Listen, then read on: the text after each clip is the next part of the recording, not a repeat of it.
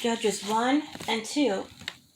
After the death of Joshua, the Israelites asked the Lord, "Who of us is to go up first to fight against the Canaanites?"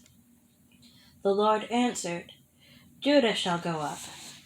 I have given the land into their hands."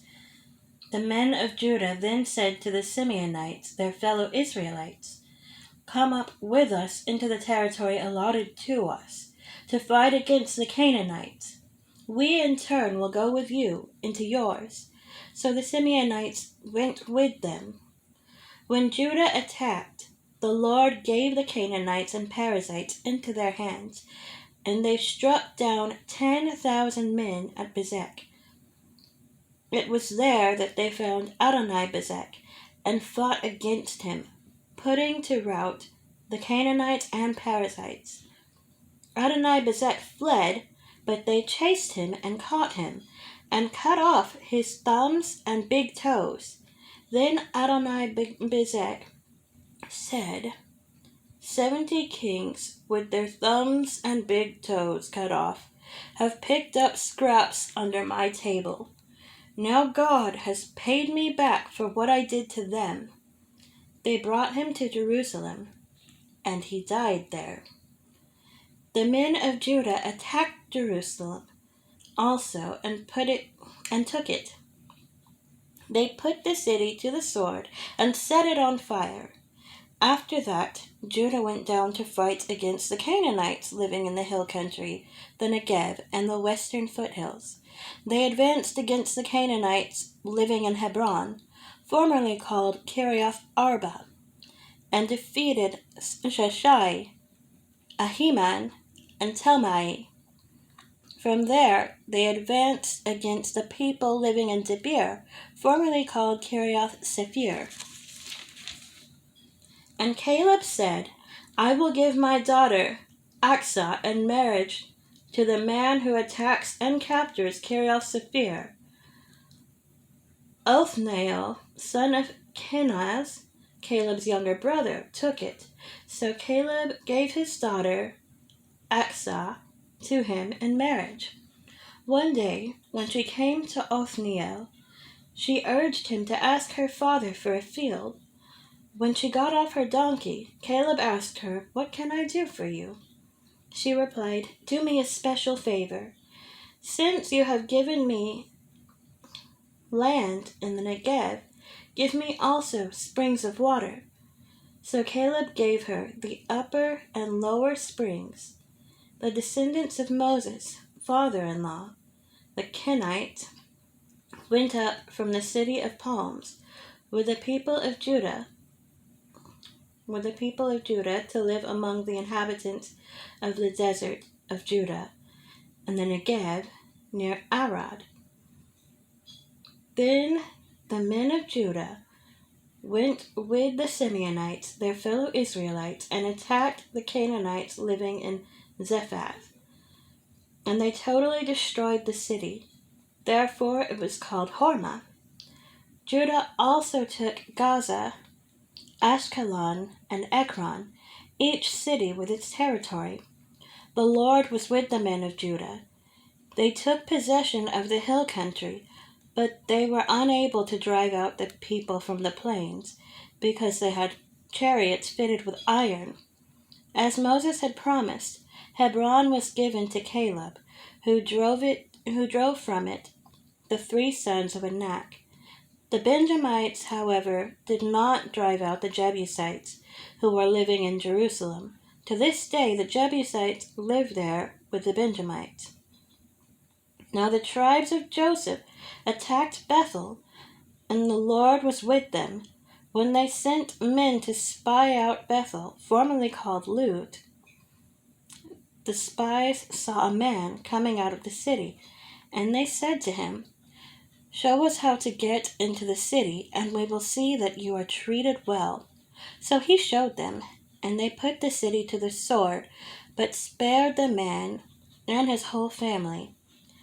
He then went to the land of the Hittites, where he built a city and called it Luz, which is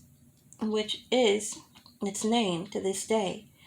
But Manasseh did not drive out the people of Beth Shan, or Tanakh, or Dor, or Ibleam, or Megiddo, and their surrounding settlements, for the Canaanites were determined to live in that land. When Israel became strong, they pressed the Canaanites into forced labor, but never drove them out completely.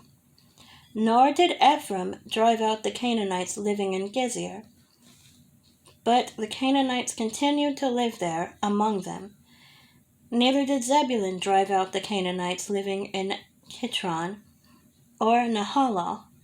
So the Canaanites lived among them, but Zebulun did subject them to forced labor.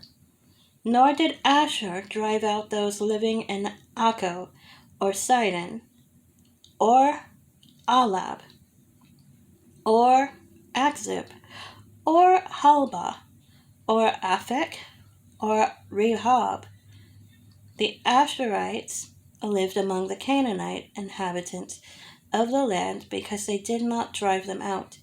Neither did Naphtali drive out those living in Beth Shemesh or Beth Anath, but the Naphtalites too lived among the Canaanite inhabitants of the land, and those living in Beth Shemesh and Beth Anath became forced laborers for them.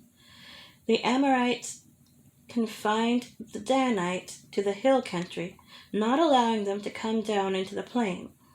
And the Amorites were determined also to hold out in Mount Horez, Ajalon, and Shalbim. But when the power of the tribes of Joseph increased, they too were pressed into forced labor. The boundary of the Amorites was from Scorpion Pass to Selah and beyond. Chapter 2. The angel of the Lord went up from Gilgal to Bochim and said, I brought you out of Egypt and led you into the land I swore to give to your ancestors. I said, I will never break my covenant with you, and you shall not make a covenant with the people of this land, that you shall break down their altars.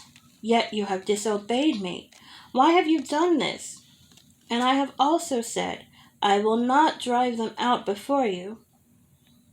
They will become traps for you, and their gods will become snares to you. When the angel of the Lord had spoken these things to all the Israelites, the people wept aloud, and they called that place Bochim. There they offered sacrifices to the Lord. After Joshua had dismissed the Israelites, they went to take possession of the land, each to their own inheritance. The people served the Lord throughout the lifetime of Joshua, and of the elders who outlived him, and who had seen all the great things the Lord had done for Israel. Joshua son of Nun, the servant of the Lord, died at the age of 110, and they buried him in the land of his inheritance at Timnah Herez, in the hill country of Ephraim, north of Mount Gash. After that whole generation had been gathered to their ancestors, another generation grew up, who knew neither the Lord nor what he had done for Israel. Then the Israelites did evil in the eyes of the Lord, and served the Baals. They forsook the Lord, the God of their ancestors, who had brought them out of Egypt.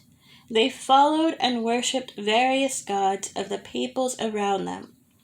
They aroused the Lord's anger because they forsook him and served Baal and the Ashtoreth. In his anger against Israel, the Lord gave them into the hands of raiders who plundered them. He sold them into the hands of their enemies all around, whom they were no longer able to resist. Whenever Israel went out to fight, the hand of the Lord was against them to defeat them, just as he had sworn to them. They were in great distress. Then the Lord raised up judges who saved them out of the hands of these raiders. Yet they would not listen to their judges, but prostituted themselves to other gods and worshipped them. They quickly turned from the ways of their ancestors, who had been obedient to the Lord's command. Whenever the Lord raised up a judge for them, he was with the judge and saved them out of the hands of their enemies as long as the judge lived. For the Lord relented because of their groaning under those who oppressed and afflicted them. But when the judge died, the people returned to the ways even more corrupt than those of their ancestors, following other gods and serving and worshipping them. They refused to give up their evil practices and stubborn ways. Therefore the Lord was very angry with Israel and said, "Because this nation has violated the covenant I ordained for their ancestors and has not listened to me, I will no longer drive out before them any of the nations Joshua left when he died.